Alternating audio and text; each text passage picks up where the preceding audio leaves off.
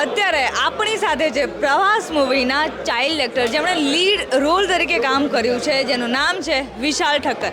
આપણે એમની પાસેથી જાણીએ કે એમના અનુભવો કેવા રહ્યા, એમને આ મૂવીમાં કેટલી ચેલેન્જીસ હતી, સૌથી વધારે મજા હશે એમાં એમની પાસેથી જાણીએ. હાય, સૌથી પહેલાં તો કોંગ્રેચ્યુલેશન્સ કે તમે બહુ સારું કામ કર્યું છે અને તમે જે લીડ રોલ પ્લે કર્યો છે, લગભગ કહી શકાય કે બીજા જે પણ સિનિયર એક્ટર છે ને કદાચ તમે એમને ઝાંખા પાડી દીધા છે, તો congratulations. Thank you so much. અને હું હવે આ ફિલ્મના એક્સપિરિયન્સની વાત કરું તો એકચ્યુઅલી મને ટફ કંઈ જ નહોતું પડ્યું, કારણ કે મેં આવા રોલ પહેલાં પણ કરેલા છે આ ટાઈપના, અને બહુ મજા આવી હતી. બધા જોડે બહુ જ સારો એક્સપિરિયન્સ છે. તો વિપુલ સર છે, જય સર છે, રાકેશ સર છે, બધા બહુ સપોર્ટિવ હતા. બધા જોડે બહુ સારો એક્સપિરિયન્સ રહ્યો. મારો કો એક્ટર પ્રાંશુ, એ સિવાય બીજા બધા હતા.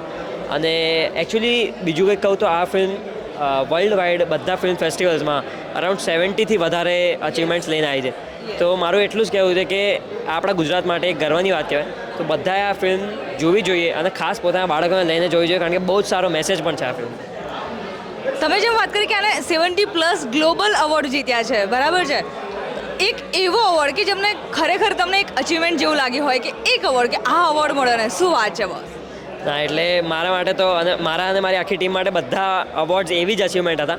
પણ એક વસ્તુ બહુ ગમી કે વર્લ્ડ વાઇડ એ એક મોટી વાત કહેવાય કે ચાઇના છે, બાંગ્લાદેશ છે, ઘણી બધી જગ્યાએ, ટર્કી છે, ઘણી બધી જગ્યાએ એવોર્ડ્સ મળ્યા. હા, એટલે જ એ એક બહુ મોટી અચીવમેન્ટ જેવું કહી શકાય. ઓકે, તો જ્યારે તમે આ ફિલ્મના રોલ પ્લે કરતા હતા ત્યારે એવી કંઈક ચેલેન્જિંગ વસ્તુ હતી કે તમને એવું લાગ્યું કે યાર આ સીનમાં તમારે થોડુંક વધારે કામ કરવું પડે, યા તો વધારે રીટેક્સ આવે, એવું શું હતું?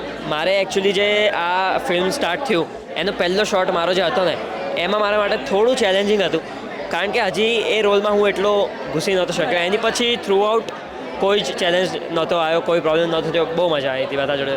અને એક એવું રૂટીન કે જે તમે પ્રવાસનું મિસ કરતા હોય, કારણ કે જ્યારે મૂવી શૂટ થતી હોય છે ત્યારે ઓલરેડી એક રૂટીન તમારું સેટ થઈ ગયું હોય છે, તો એવું કંઈક રૂટીન કે જે તમે મિસ કરતા હોય કે એવી કોઈ વાત કે યાર અમે આ વસ્તુ કરતા હતા ને બહુ મજા આવતી હતી?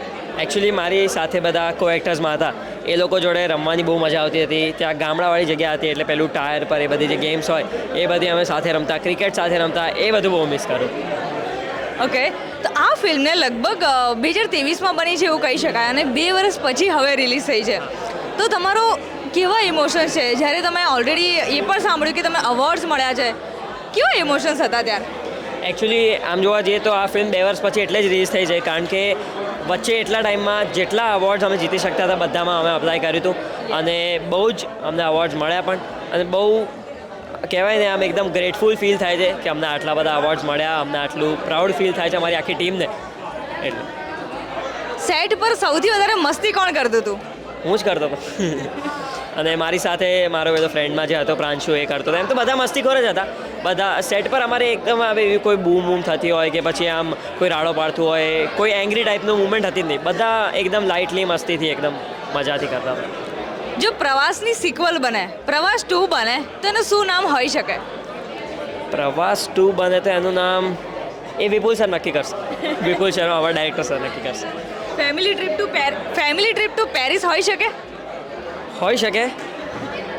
Okay, thank you so much for your time, અને once again congratulations for your movie and all the best.